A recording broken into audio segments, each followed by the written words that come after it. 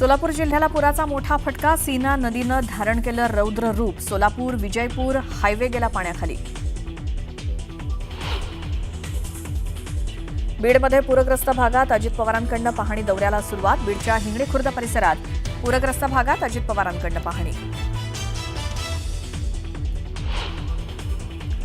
उद्धव ठाकरे आज पूरग्रस्त मराठवाडा जिल्ह्याच्या दौऱ्यावर. नुकसानीची करणार पाहणी.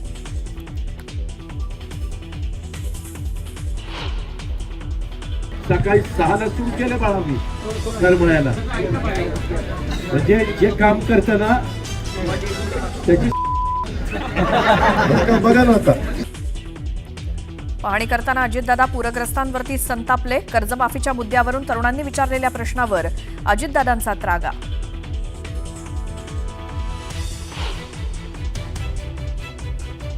सरकार शेतकऱ्यांना मदत करण्यासाठी कंजूसी करतंय, तर सरकार प्रसिद्धीच्या हव्यासापोटी शेतकऱ्यांना मदत करताना दिसतंय. एकनाथ खडसेंचा शिंदेंना जोरदार टोला.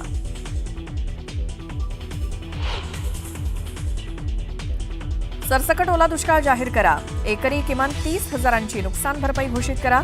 केंद्रानं बिहारप्रमाणे महाराष्ट्राला मदत द्यावी. राज ठाकरेंचं मुख्यमंत्र्यांना पत्र.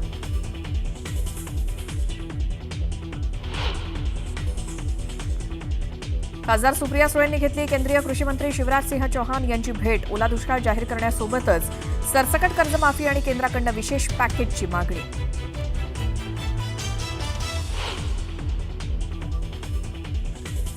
भाजपसह शिवसेनेचे मंत्री आमदार पूरग्रस्तांना मदत करणार. 1 महिन्याचं वेतन पूरग्रस्तांच्या मदतीसाठी देणार. तर राष्ट्रवादीचेही सर्व मंत्री खासदार आमदार मुख्यमंत्री सहायता निधीला देणार.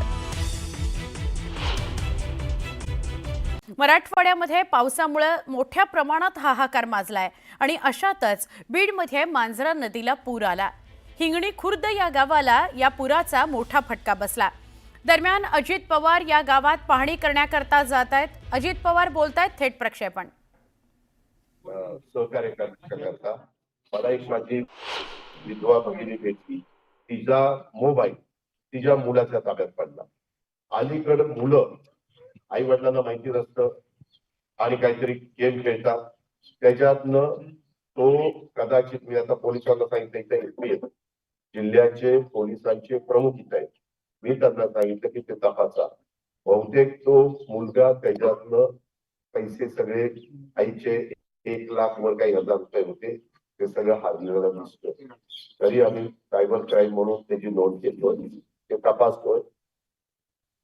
मी पुरुष मंडळी आपल्याला आपल्या मुलांना मातांनो भगिनींनो मुलींनो जन्म दिल्यानंतर आपला मुलगा काय करतोय काय नाही जर ते त्याच्यात हरले असतील आणि ते पैसे गेले असतील तर पंचायत. पण कुणीतरी स्वतःच्या स्वार्थाकरता काही केलेलं असेल तर ते आम्ही शोधून काढू. आता यंत्रणा खूप निघालेली आहे. आणि ती भगिनी मला सांगत होती की दादा दर महिन्याला 1,500 रुपये मिळायचे ते पण मी त्याच्यातच टाकत होते. असं करू नका बाबांनो. एक तर पायी महत्वाचे असते. कसं तुम्ही पैसा संसार चालवता ते आम्हालाही माहिती. कारण मी पण ग्रामीण भागात आलेला कार्यकर्ता.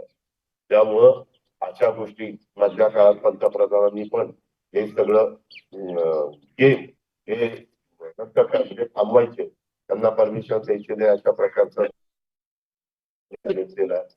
नक्की काय झालंय कधी झालंय तो निर्णय व्हायच्या आधी झालाय का नंतर झालाय. परंतु आता एवढ्या माझ्या भगिनी मोठ्या प्रमाणावर मला सगळ्यांना तुम्हाला हात जोडून विनंती करायची की कृपा करून तुमचे फोन आणि ते पैसे असे जाणार नाही एवढी काळजी तर घ्या. पोलीस मंडळींना तुम्ही पण घ्या माझी विनंती आहे.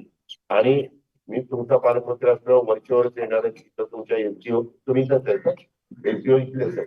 हे एमटीओ आहेत म्हणजे प्रांत आहे.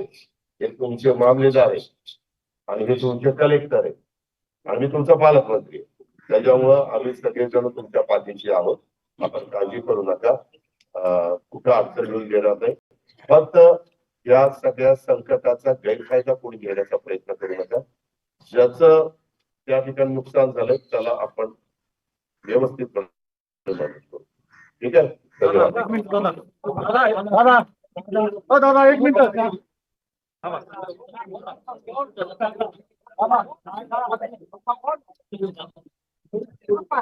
हिंगणा खुर्द या बीडच्या एका गावामध्ये आहेत। मांजरा नदीच्या पुरामुळे हिंगणा खुर्द या गावात प्रचंड नुकसान झालंय। ते बघण्याकरता पहाटेच बाहेर पडले अजित पवार आणि ते या सगळ्या नागरिकांशी संवाद साधताना दिसले।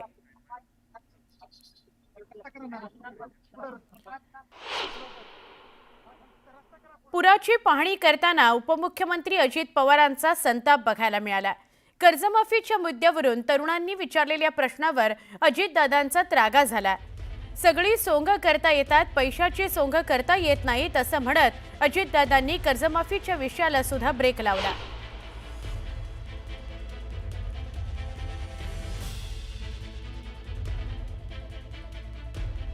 आम्ही काही इथे गोटे खेळायला आलोय? त्याला एवढं राव सकाळी 6ला सुरू केलं बाळा मी करमळ्याला। म्हणजे जे काम करतं ना त्याची बघा ना, आता एवढं जीव तोडून चालतोय, हातून पण एका ठिकाणी जायचंय, आम्हालाही कळतंय ना, आम्ही लाडक्या बहिणींना आज किती मदत करतोय। मी तुम्हाला एक गोष्ट सांगतो, सगळी सोंग करता येतात, पैशाचा सोंग करता येत नाही। तुम्ही जसा तुमचा प्रपंच चालवत असताना एकंदरीत तुमच्या महिन्याचा असणाऱ्या उत्पन्नामध्ये तुमचं घर चालवण्याचा प्रयत्न करता, तसं आम्ही 13 कोटी जनतेचं कुटुंब चालवतोय, राज्य चालवतोय आणि त्याच्यामुळं आम्ही मुख्यमंत्री उपमुख्यमंत्री केंद्राची पण मदत घेणार आहे। कारण असं ज्यावेळेस संकट येतं त्यावेळेस जसं पंजाबला आणि हिमाचल प्रदेशला मदत झाली तसं केंद्र सरकार पण आपल्याला मदत करेल। उद्धव ठाकरे आज आणि उद्या मराठवाड्यामध्ये अतिवृष्टीमुळे बाधित झालेल्या भागाची पाहणी करणार आहेत। शेतकऱ्यांच्या बांधावर जाऊन ते नुकसानग्रस्त भागाची पाहणी करणार आहेत। उद्धव ठाकरे सकाळी 11:30 वाजता लातूरमधील काडगाव इथं जाऊन अतिवृष्टीग्रस्त शेतकऱ्यांशी संवाद साधतील। तिथून दुपारी 12:30 वाजता धाराशिवच्या कळंब तालुक्यातील इटकूर गावात जातील आणि दुपारी 1:30 वाजता वाशी तालुक्यातील पारगावात उद्धव ठाकरे पाहणी करतील। बीड, जालना, छत्रपती संभाजीनगर या जिल्ह्यातही उद्धव ठाकरे पाहणी दौऱ्याकरता जाणार आहेत। बीडमधील कुर्ला इथं दुपारी 1:30 वाजता, जालन्याच्या अंबड तालुक्यात तसंच छत्रपती संभाजीनगरच्या पैठण तालुक्यात उद्धव ठाकरे पाहणी करणार आहेत। मराठवाड्यात अतिवृष्टी आणि पुरानं हाहाकार उडवलेला आहे। त्याच पार्श्वभूमीवर आता सरकार सत्ताधाऱ्यांनंतर उद्धव ठाकरेंनीही शेतकऱ्यांच्या बांधावर जात पाहणी करण्याचं निश्चित केलेलं आहे।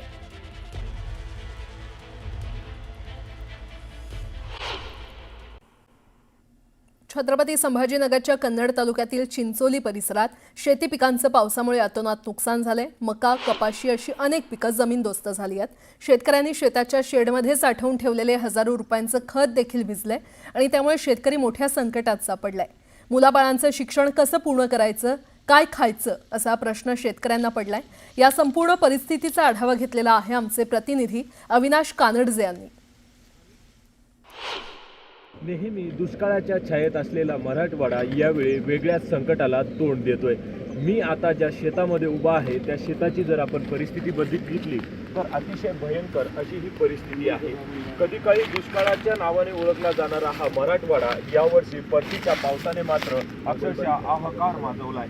चहूकडं मराठवाड्यामध्ये आपण जर बघितलं तर मोठ्या प्रमाणात शेती पिकांचं नुकसान झालंय, तर बऱ्याच ठिकाणी जमिनी देखील खरडून गेल्या। काही शेतकरी माझ्या सोबत आहेत ज्यांचं शेतीचं नुकसान झालंय। त्याचं किती नुकसान झालंय आणि कसा हा पाऊस होता? हे नुकसान भरपाई पायाला कोणी येऊ लागलं नाही आमच्याकडे।